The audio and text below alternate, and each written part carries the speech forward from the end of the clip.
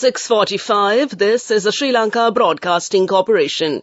The news edited by Lal Mallavarachi, read by Soundithavam. The President says that he will make education an essential service if teachers are not available for the A-level paper marking. He says that he will not allow the education of children to be taken to ransom by anyone. 1,320 new doctors will be recruited to government hospitals.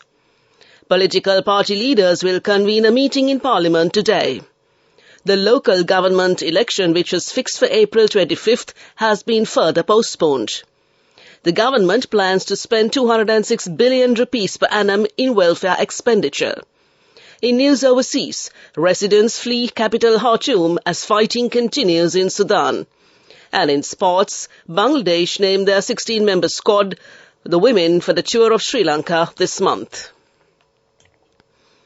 President Ranil Wickremesinghe says the education of children cannot be allowed to be taken ransom, and if teachers do not make themselves available for the A-level exam paper markings by next week, he would not hesitate to make education as an essential service under emergency law and initiate legal action against teachers flouting their responsibility.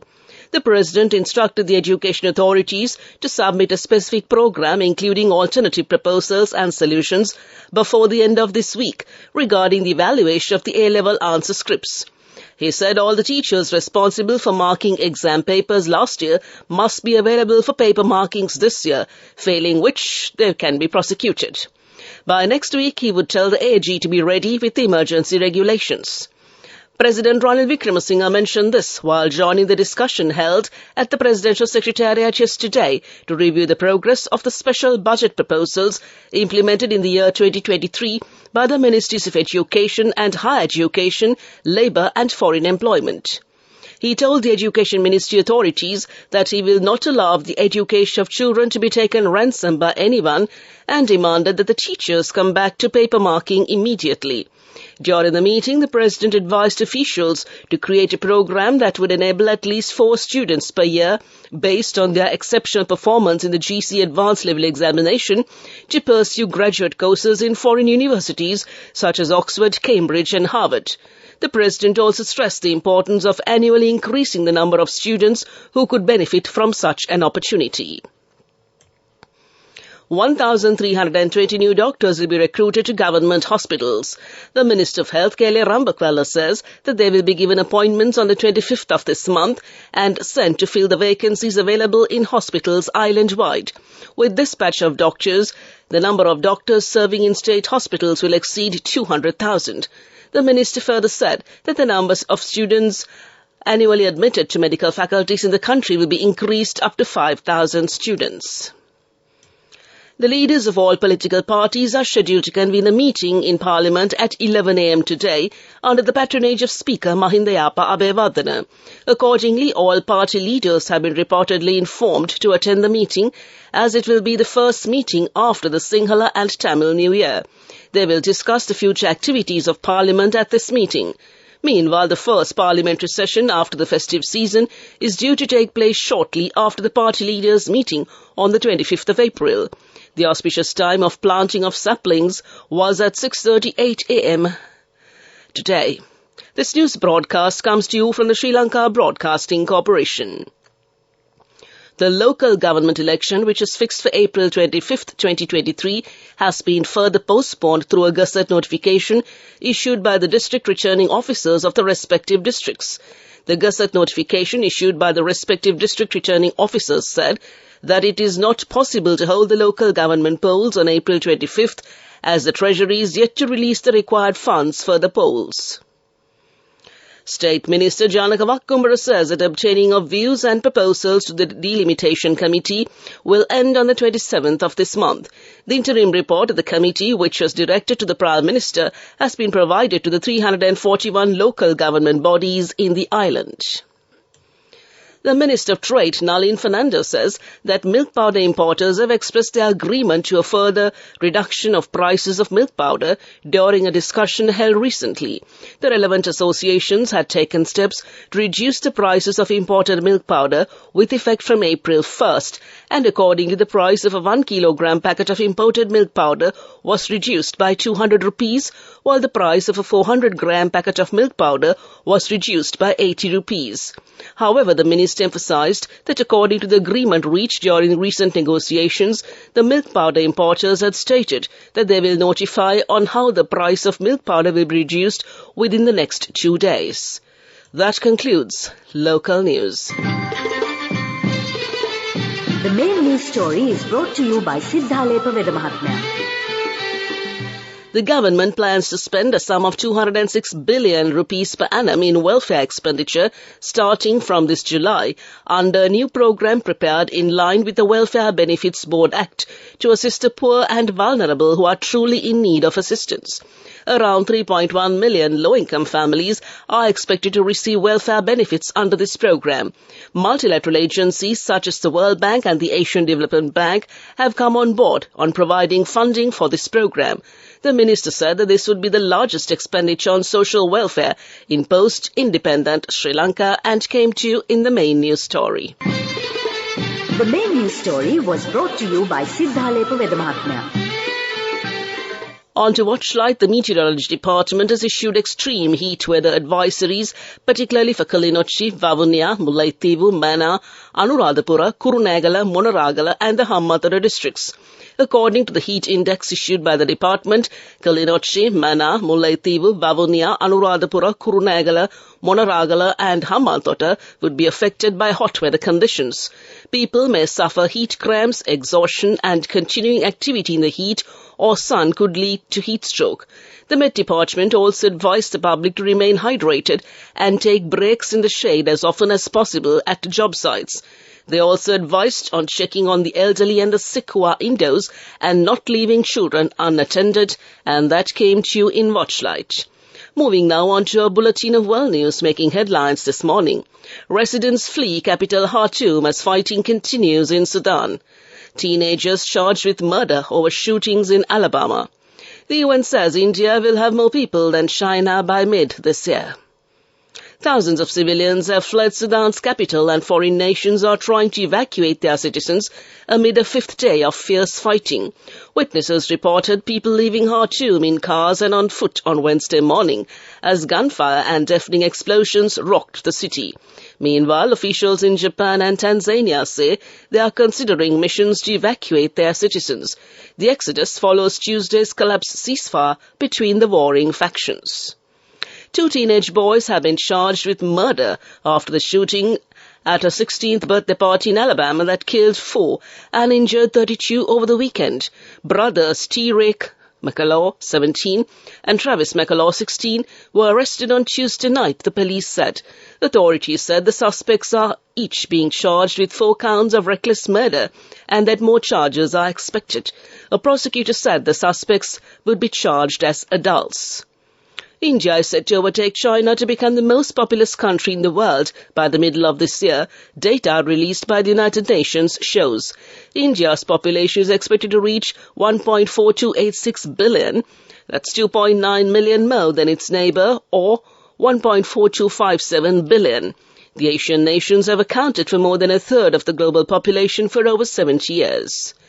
Back to the headlines of the world news. Residents flee capital Khartoum as fighting continues in Sudan. Teenagers charged with murder over shooting in Alabama. And the UN says India will have more people than China by mid this year. That concludes this bulletin of world news. Development news.